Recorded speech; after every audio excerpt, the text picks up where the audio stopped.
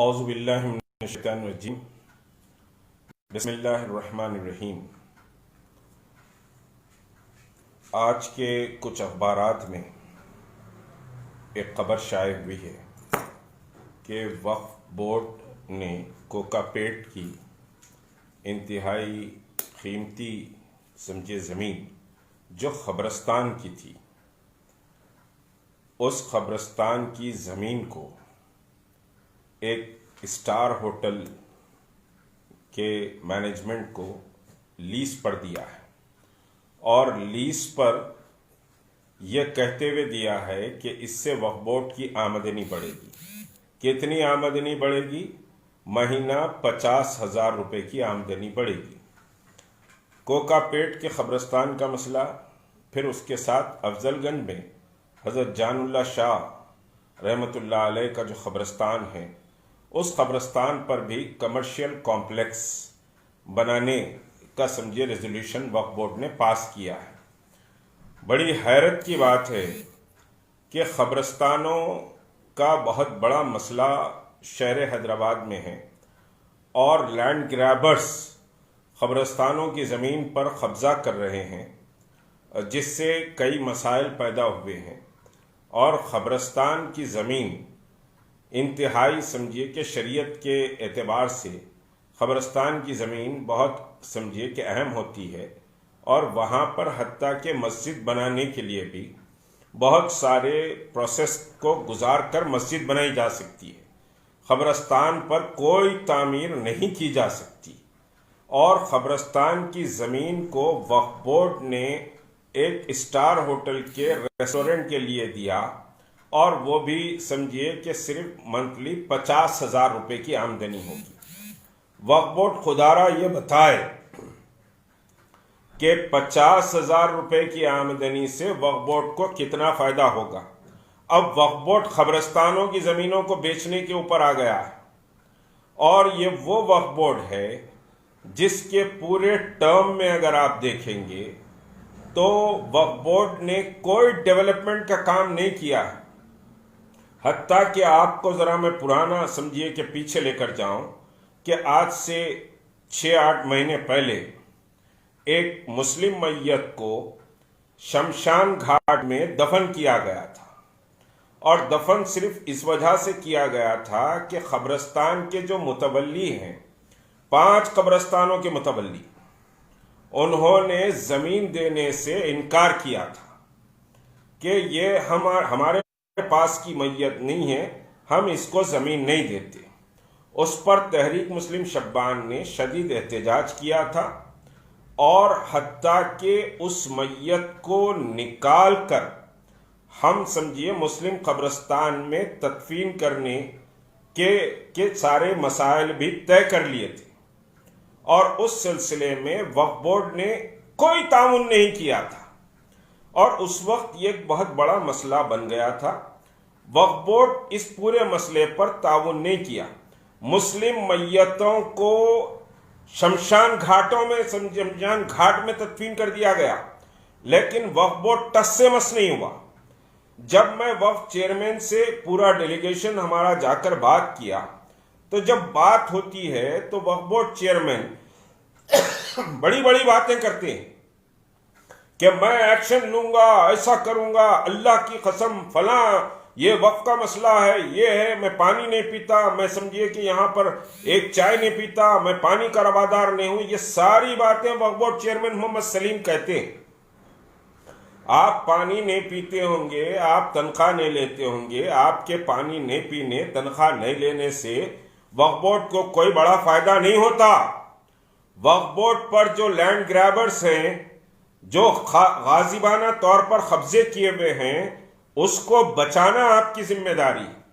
उस वक्त मुस्लिम मैयत समझिए कि शमशान घाट में दफन हो गई तो आपकी गीरत, आपकी हमियत और आपकी मिल्ली समझिए कि एहसास कोई नहीं तड़पा आपका। आप बड़े बड़े बातें करें, मैं बोला फौरी समझिए कि उन कब्रस्तान वालों पर एक्शन लेना चाहिए। आप एक प्रेस कॉन्फ्रेंस लिए मेरे सामने, उसमें बोल दिए कि भाई मैं शुक्रगुजार हूं मुश्ताक मलिक साहब का कि उन्होंने हमारे सामने ये मसले को लाया, फलां किया और समझिए कि हम एक्शन लेंगे, लेकिन आज तक कोई एक्शन नहीं लिया गया, किसी मुतवल्ली के ताल्लुक से एक्शन नहीं लिया गया। और आज भी कब्रिस्तानों में समझिए कि साहब तदफीन के लिए एक बड़ा मसला होता है। हमारा मुतालिबा ये था कि कब्रिस्तान में कोई भी कब्रिस्तान हो, उस कब्रिस्तान में चाहे करनूल की बॉडी हो, चाहे समझिए किसी अजला की बॉडी हो, या किसी भी मोहल्ले की बॉडी हो, आजमपुरे का समझिए कि में रहने वाला अगर सिकंदराबाद में तदफीन करना चाहता है तो उसको तदफीन की इजाज़त होनी चाहिए।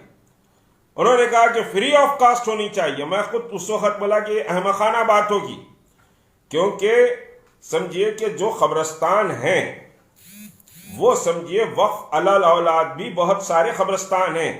वक्फ बोर्ड सिर्फ समझिए कि उसका निगरानकार है, उसको उसकी मैनेजमेंट को देख सकता है। वो जायदादें वक्फ की जायदादें नहीं है, वक्फ अलल औलाद समझिए कि कब्रिस्तान है, बहुत सारे वक्फ प्रॉपर्टीज। तो वक्फ बोर्ड डिक्टेट नहीं कर सकता कि साहब पैसे नहीं लेना। अब दरगाह यूसुफैन में लाखों रुपए लिए जाते, वक्फ बोर्ड रोक सकता? शाह खामोश दरगाह की तदफीन में लाखों रुपए लिए जाते, वक्फ बोर्ड रोक सकता? और दूसरे दरगाहों में भी समझिए कि साहब लाखों रुपए लिए जा सकते, वक्फ बोर्ड में हिम्मत है इन पर हाथ डालने की या इनको रोकने की? खुद वक्फ बोर्ड के मेंबर्स अराकीन हैं, ये समझिए मुतवल्ली और ये समझिए कि जिम्मेदार बास। तो अहमखाना बातें करने में वक्फ बोर्ड चेयरमैन मास्टर है, अहमखाना बातें करते हैं और बड़ी बड़ी बातें करते हैं, लेकिन वक्फ की जायदादों के तहफ़्फ़ुज़ के लिए इन्होंने कोई काम नहीं किया सिवाय बयानात की। कुछ अखबारात में बड़े बड़े समझिए कि इनके बयानात आ जाते हैं, फोटोआं आ जाते हैं, और कुछ मीडिया को समझिए कि साहब मोटी मोटी रकम दे देते हैं, उस रकम के जरिए मीडिया में कुछ बातें आ जाती हैं, चलिए उम्मत का काम हो गया। ये इनका मिजाज रहा है। अब तो समझिए कि वक्फ की समझिए कि कब्रिस्तानों को होटलों के लिए लीज पे दे रहे हैं आप, कितने अफसोस की बात है। अब दूसरी जो बात है कि सेक्रेटेरिएट मसाजिद, मैं बात कहूंगा तो समझिए कि आप बोलेंगे कि हर वक्त मुश्ताक मलिक सेक्रेटेरिएट मसाजिद के मसले, यकीनन ये ईमान का मसला है। क्या आपके दिल नहीं तड़पते सेक्रेटेरिएट मसाजिद के लिए? आपके घर के किसी समझिए चौखट को भी उखाड़ देता तो आप वहां पर लड़ने मारने मरने तैयार हो जाते हैं। और यह अल्लाह के घरों का मसला है। मौत कब आएगी कोई पता नहीं है, कभी भी मौत आ सकती है, कभी भी मर सकते हैं आप। अल्लाह के सामने जवाब देना है, और जब जवाब देना है तो अल्लाह का सवाल बड़ा शदीद होगा। अल्लाह के घरों को समझे शहीद किया गया। सेक्रेटेरिएट की जो मसाजिद थी, वो मसाजिद की जमीन भी वक्फ की जमीन है, गजिट नोटिफाइड प्रॉपर्टी है वक्फ की वो। तो गजिट नोटिफाइड वक्फ की प्रॉपर्टीज को हुकूमत तेलंगाना ने समझिए कि साहब शहीद कर दिया। शहीद करने के बाद ये जो चेयरमैन है, हालांकि मैंने इब्तदाई प्रेस कॉन्फ्रेंस में जब ये जमीनों के जब वक्फ बोर्ड के मसाइल पर समझे शुरू हुए तो मैंने कहा कि भाई चीफ मिनिस्टर जिम्मेदार है, यकीनन चीफ मिनिस्टर जिम्मेदार है, और फिर ये मुस्लिम वुजरा जो मुस्लिम वजीर बैठे हुए हैं वो भी चीज है, वो भी मुजरिम है। और मैं बोला कि वक्फ बोर्ड चेयरमैन वो बेवकूफ इंसान है, जाहिल इंसान है, उसकी क्या दिक्कत है, उसकी क्या है, वो जो है क्या कर सकता है। लिहाजा उसको समझिए नहीं कहना चाहिए, वो ईमानदार है, बेईमान नहीं है। मैंने कहा था उस वक्त, और उस वक्त ये मेरे कहने पर बड़ा तमाशा भी समझिए कि दूसरी जमातों ने किया था। जो सियासी जमातें हैं मेरे इस बयान को बड़ा तमाशा बनाकर पेश किया था उनके अपने चैनल्स पर। लेकिन ये जो चेयरमैन है, इस चेयरमैन को मैंने फोन करके बताया था। आज मैं आपको बता रहा हूं कि मैंने सलीम साहब को फोन करके कहा था कि सलीम साहब मरना बरहक है, खुदा के वास्ते इन मसाजिद पर तुम अपनी सीट, अपना ओहदा और अपनी पार्टी को मत देखो, अल्लाह से डरो, मोहम्मद रसूलुल्लाह सल्लल्लाहु अलैहि वसल्लम के सामने जाने से खौफजदा हो, तुमको दयानतदारी से काम करना चाहिए इन मसाजिद के ताल्लुक से। एक खाना मस्जिद के मसले पर भी सिर्फ समझिए बचपना एक तमाशागिरी करे, मेरे पैसे से बना देता हूं, मेरे फला से बना देता हूं। कहां है रे, कहां बनी मस्जिद? एक खाना मस्जिद बनाया तू, एक खाना मस्जिद पे नमाज शुरू हुई, तमाशा कर रहा मिल्लत के लिए, अपनी दौलत को बचाने के लिए सियासी जमातों में जाकर समझिए कि रहते हैं और तमाशे करते हैं। मिल्लत का कोई ख्याल नहीं। अगर तुम मिल्लत की खिदमत नहीं कर सकते, तुम मिल्लत की भलाई नहीं कर सकते, तुम्हारे पास अल्लाह पैसे दिया, चंदे में 4-4 पैसे समझिए कि बांट देते हैं, मदरसे वालों को दे देते हैं, फला देते हैं, तो वो कोई काम नहीं है। तुम कुर्सी पे बैठे हुए मिल्लत की अमानतें लेकर, उसकी अगर हिफाजत करना तुम्हारी जिम्मेदारी है। मेरे पैसे से बनाता हूं एक खाना मस्जिद अंबरपेट की, बोले थे बनाए, नमाज शुरू हुई एक खाना मस्जिद अंबरपेट पर। पूरी उम्मत इस वक्फ बोर्ड चेयरमैन और वक्फ बोर्ड से सवाल करे, वक्फ बोर्ड के पूरे अराकीन से सवाल करे। आज तक न मस्जिद बनी न वहां नमाज शुरू हुई, सिर्फ एक दास्तान पारी ना बनकर रह गई। सेक्रेटेरिएट मसाजिद शहीद हुई। चीफ मिनिस्टर का ट्वीट आया, तो चीफ मिनिस्टर का ट्वीट आते क्या बोले, ओ हमारे चीफ मिनिस्टर हमारे दुनिया में नहीं है, सो चीफ मिनिस्टर हमारे चीफ मिनिस्टर हमारे फला, हमारे दुनिया का नहीं, सो सेकुलर चीफ मिनिस्टर फला। कहां है रे? नमाज हुई? नमाज समझिए वहां हुई? नमाज समझिए कि पढ़ी जा रही है? महल में नमाज पढ़ना समझिए कि कोई इजाफा सवाब नहीं मिलता। बार बार समझा रहा हूं, मस्जिद के माने जमीन के होते हैं, जहां सजदा होता है, जिन सजदों के लिए जमीन मख्तस की जाती है उसको मस्जिद कहते हैं। वहां कोई नमाज नहीं हुई। और मस्जिदों को नवंबर में समझिए कि साहब वक्फ बोर्ड की मस्जिदों को बोले कि नवंबर में संगे बुनियाद रखा जाएगा, ट्वीटा करे, पुईटा करे, वेलकमा करे, फला करे, समझिए कि चीफ मिनिस्टर कहने गए, बिरयानी खा के गए और उसके बाद सबके मुंह पे ताले लगे हुए। कहां है ये Waqf board chairman? Waqf board chairman government of Telangana को एक लेटर लिखा कि भाई ये जमीनात वक्फ की हैं, दे दिया जाए वापस, हम वहां नमाज शुरू करेंगे। मिली हमियत खत्म हो गई, गीरत खत्म हो गई, दौलत इतनी अंधी बना दिया तुम्हारे को। दूसरे अराकीन तो छोड़ दो, वो तो चोर हैं सब, वक्फ बोर्ड की जमीनात पर कब्जे करके बैठे हुए हैं। दूसरे अराकीन, बहुत से अराकीन बैठे हुए हैं वक्फ बोर्ड की जमीनात पर, क्रिमिनल रिकॉर्ड्स इनके जो अदालतों में थे, हुकूमत के जाके तलबे चाट कर तमाम कर रहे वक्फ बोर्ड के नाम पर। खबरस्तानों की जमीन रेस्टोरेंट बनाने दे रहे, खबरस्तानों की जमीन पर कॉम्प्लेक्स बनाने देना चाह रहे। तुम कितना वक्फ करे जरा बताओ। आज सलीम साहब समझिए करोड़ों रुपए कमाते हैं, अल्लाह उनको और दे, उनकी जाती कमाई है, जाती धंधे हैं, मैं नहीं कहना चाहता, लेकिन तुम किसी एक जगह भी वक्फ किए हैं अल्लाह के नाम जगह वक्फ करे? वक्फ बोर्ड को कौन सा ऑन रिकॉर्ड लाए तुम बताओ? मैं तनख्वाह नहीं लेता, मैं पानी नहीं पीता, मैं फला नहीं करता, इससे उम्मत को कोई फायदा होने वाला नहीं है। उम्मत को उम्मत की ये जो प्रॉपर्टीज हैं, ये मुसलमानों की प्रॉपर्टीज है। हमारे असलाफ ने अल्लाह को राजी करने के लिए ये जायदादें वक्फ की थी। उन जायदादों के तहफ्फुज की जिम्मेदारी, केयरटेकर की जिम्मेदारी, चपरासी गिरी की जिम्मेदारी अल्लाह ने तुमको दी है। तुम ओनर मालिक नहीं है इन जमीनों के। वक्फ की जमीनात का कोई मालिक नहीं होता है, अल्लाह मालिक होता है। हम तो उसके निगरानकार और चपरासी होते हैं। हम वॉचमैन हैं अल्लाह की जमीनात के, और तुम भी वॉचमैन है।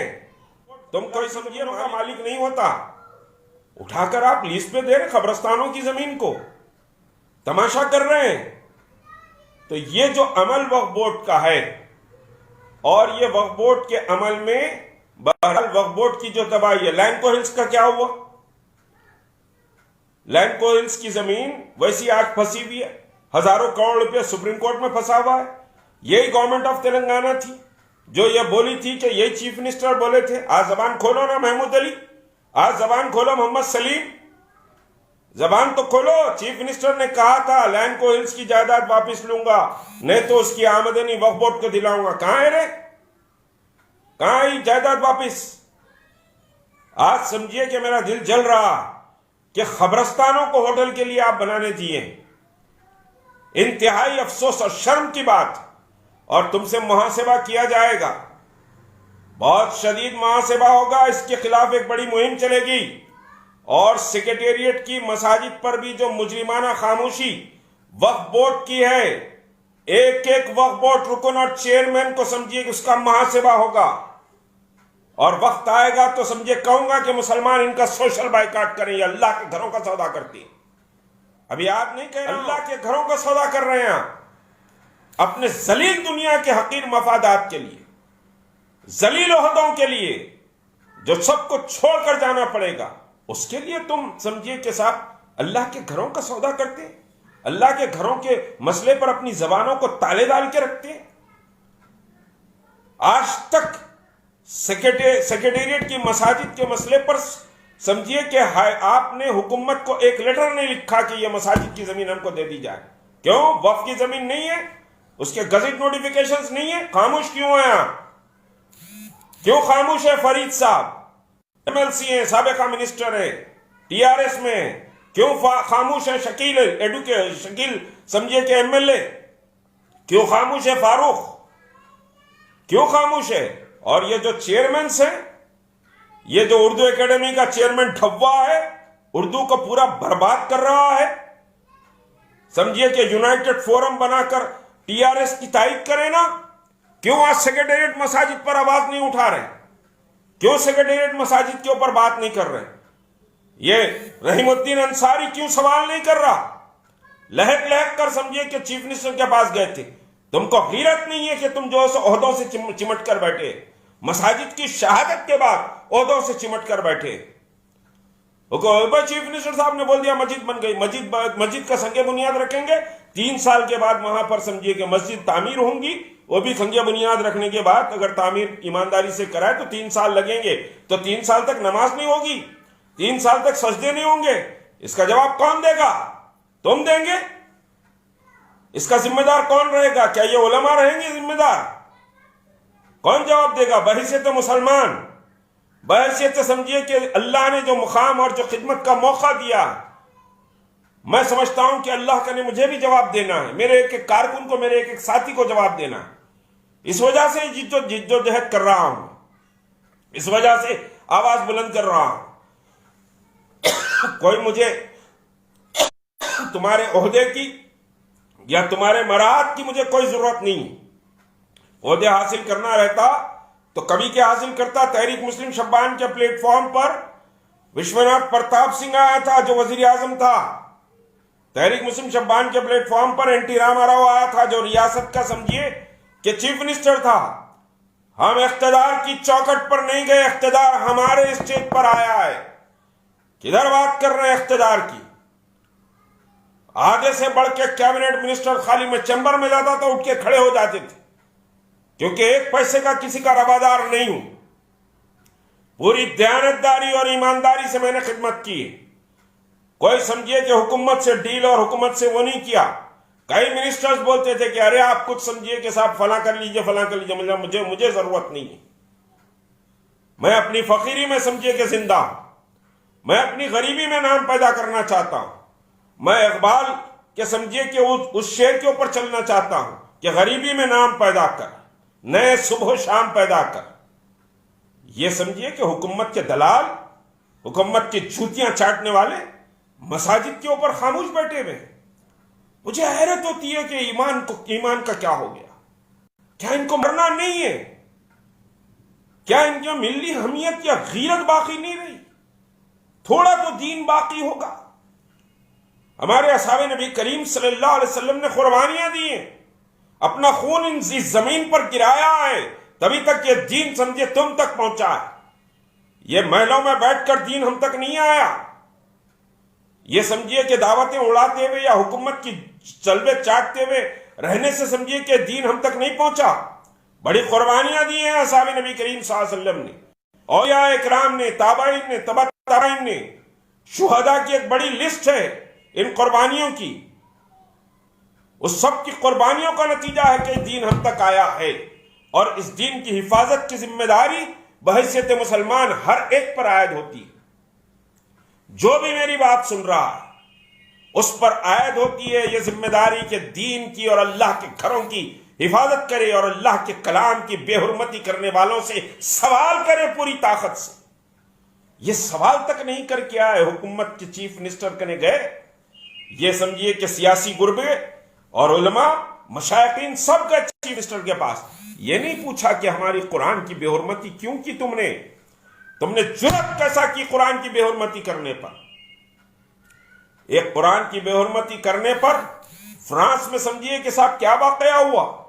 मोहम्मद रसूलुल्लाह की शान में गुस्ताखी करने वालों पर समझिए कि जियाले मुसलमानों ने कौन सा अमल किया, और तुम उस अमल की मजम्मत करते हो।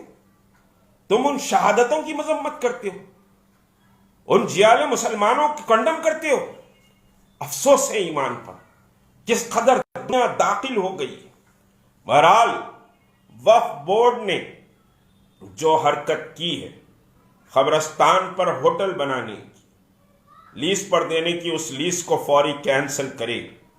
और अगर समझिए कि साहब ये खबरस्तानों के मसले को वक्फ बोर्ड सीरियस नहीं लेती है, तो फिर समझिए कि हम बताएंगे कि मसले को कैसे ठीक किया जाता है, कैसे वहां होटल बनती है या कैसे समझिए कि तामीर होती है, वो हम देखेंगे। बहुत क्लैरिटी के साथ कह रहा हूं। और मैं उम्मत के हर नौजवान से, उम्मत की हर बेटी से, उम्मत की हर मां से, हर बुजुर्ग से यह कहता हूं कि मसाजिद की जिद्दोजहद आप पर भी फर्ज ऐन है।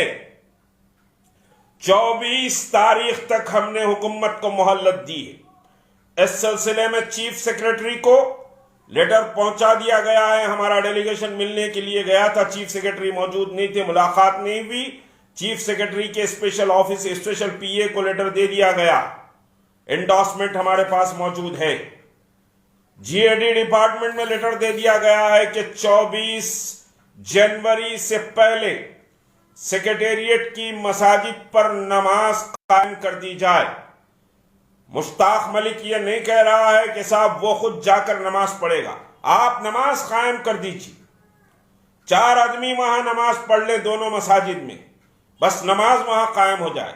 अगर आप नमाज कायम नहीं करेंगे, उसकी इजाजत नहीं देंगे, तो फिर पूरी उम्मत को मैं समझिए कह रहा हूं कि तुम्हारे अंदर ईमान है, तुम्हारे अंदर गीरत है, तुम्हारे अंदर हमियत है, दीन की समझिए कि साहब गीरत और हमियत है, और अल्लाह के सामने जवाब देने का तसव्वुर है, और इस दीन के लिए समझिए कि तुम्हारे अंदर एक जज्बा है, और मोहम्मद रसूलुल्लाह सल्लल्लाहु अलैहि वसल्लम के सामने जाकर फख्र से कहने की अगर समझिए कि तुम तमन्ना रखते हो कि या रसूलुल्लाह हमने अल्लाह के घरों की हिफाजत के लिए जिद्दोजहद की है, तो फिर 24 तक अगर नमाज वहां कायम नहीं हुई तो वहां आपको नमाज पढ़ने जाना है।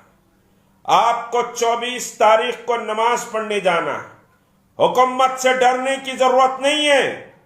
यह समझिए कि पुलिस के डंडे या पुलिस से ज्यादा सख्त अल्लाह के पास समझिए कि पूछ होगी।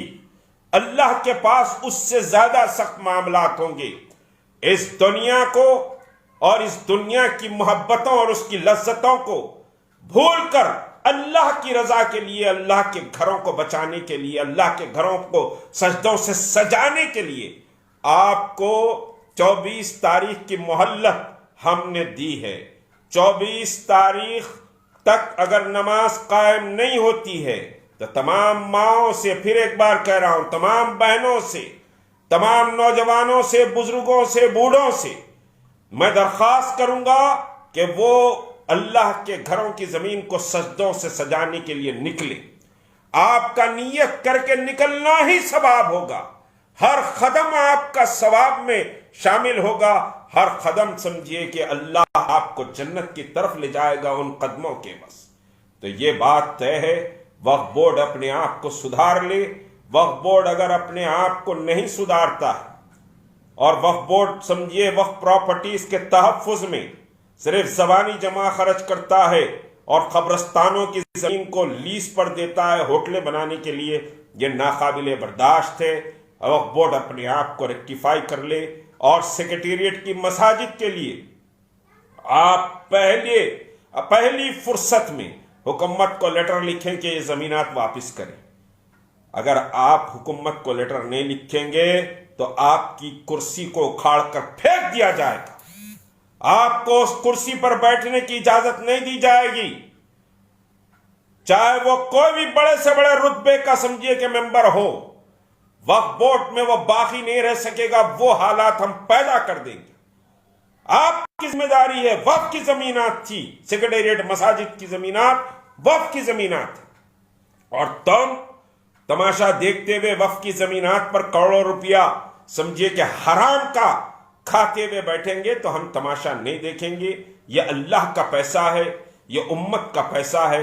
इसको अल्लाह की समझिए कि रजा के लिए और मंशे वक्फ जो है उस मंशे वक्फ के मुताबिक ये पैसा खर्चा होना चाहिए। वक्फ बोर्ड अपने आप को सुधार ले।